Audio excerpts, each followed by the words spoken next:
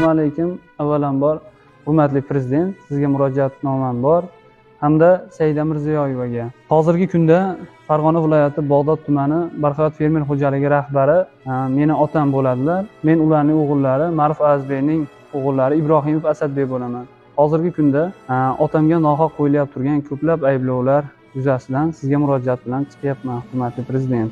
Dadamga nohaq qo'yilayotgan turgan ayblovlar Bog'dod tumanida ish ochilib, ikkinchi mintaqaviy tergov bo'lib, Qo'qon shahriga o'tib, Qo'qonda tugatilib harakatdan bu ishlar. Keyinchalik esa Farg'ona viloyati tergov boshqarmasi tomonidan yana qayta ishga tiklandi va yuritilib, nohaq ayblovlar qo'yilib, qamoqqa olish ehtiyot chorasi sifatida qamoqqa olib kirib qo'yishdi. Hozirda O'zbekiston Respublikasi Jinoyat kodeksining 168-moddasi 4-qismi A bandi, 169-moddasi 2-qismi B bandi hamda 228-moddasi 2-qismi B bandi bilan va 228-moddasi 3-qismi bilan ayblash hukmi chiqarilib, Farg'ona viloyati 10-KXda saqlanmoqdalar.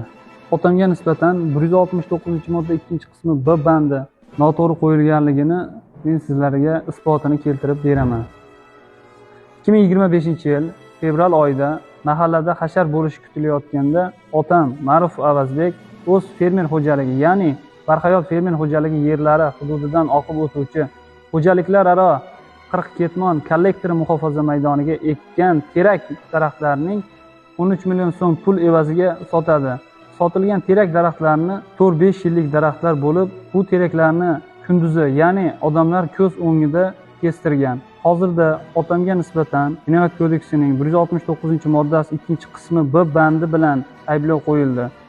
Jo'rayev Rahimjon Boqiyevich tomonidan bu teraklarni 2010-yilda ekkanligi va bu teraklar unga tegishli ekanligi bilan da'vo qilinyapti va 70 million so'm miqdorda zarar ko'rgani aytilmoqda.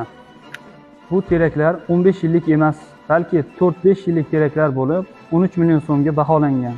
2020-yil 10-mart kuni Bog'dod tumani suv iste'molchilari uyushmasi bilan Zovur qirg'oqlaridagi teraklar unga tegishli ekanligi bo'yicha shartnoma tuzilganligi haqida ko'rsatma berib, tergovga taqdim qilgan.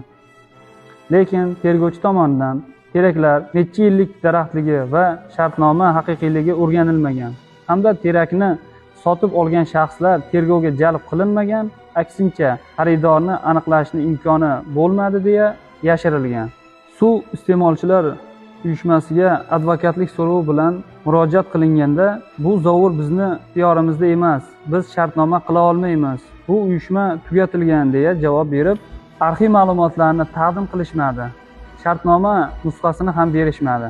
Keyinchalik bilsak, shartnoma tayyorlangan yildagi rahbar imzolari soxtalashtirilgan ekan.